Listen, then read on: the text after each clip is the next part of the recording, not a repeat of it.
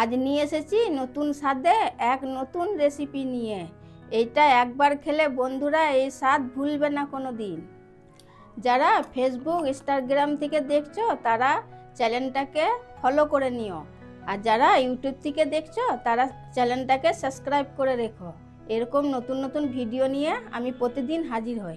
বন্ধুরা, প্রথমে আমরা 1 কাপ চালের গুঁড়ো নিয়ে নিতে হবে।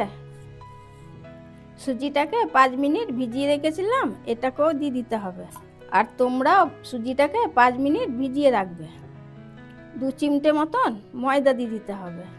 অল্প ধনে গুঁড়ো দিয়ে দিতে হবে, তারপর জিরে গুঁড়ো দিয়ে দিতে হবে, একটু চাট মশলা, কাঁচা লঙ্কা কুচি রেখেছিলাম এটাকেও দিয়ে দিতে হবে।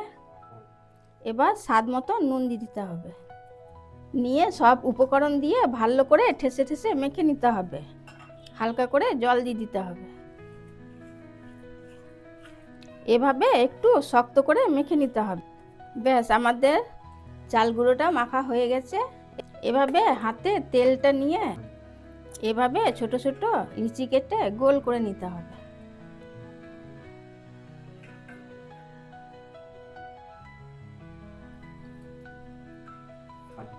ব্যাস, সবকটা তৈরি হয়ে গেছে। আর এটাকে গরম তেলে ভালো করে লাল করে ভেজে নিতে হবে। এবার গ্যাসটাকে ধরিয়ে নিয়ে কড়াইটা বসিয়ে নেব। কড়াইটা গরম হয়ে গেলে তাতে আমি সয়াবিন অয়েল দিয়ে দেব। তেলটা গরম হয়ে গেছে, এবার গ্যাসের আঁচটা কমিয়ে দেব। হালকা আঁচে ভেজে নিতে হবে।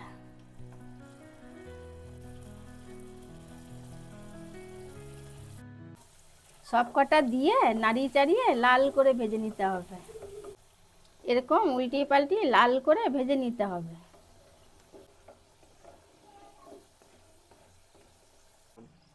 কালারটা গোল্ডেন কালারে হয়ে গেলে এবার এটাকে তুলে নেব।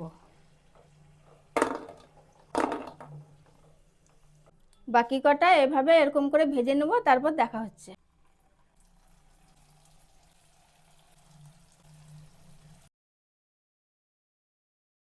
এটা ভাজা হয়ে গেছে, এবার গ্যাসটা অফ করে তুলে নেব। আওয়াজটা শুনে নাও বন্ধুরা, কত ক্রাঞ্চি আর খেতে খুব সুস্বাদু হয়। এবার এটাকে সস দিয়ে পরিবেশন করে নেবেন।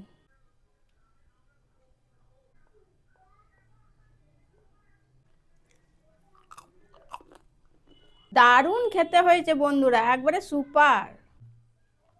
এই ছিল আজকে রেসিপি। তো বন্ধুরা, রেসিপিটা যদি ভালো লাগে একটা লাইক শেয়ার করে আর কমেন্ট করে জানাবে এই চালের গুঁড়ির পকোড়াটা কেমন হয়েছে।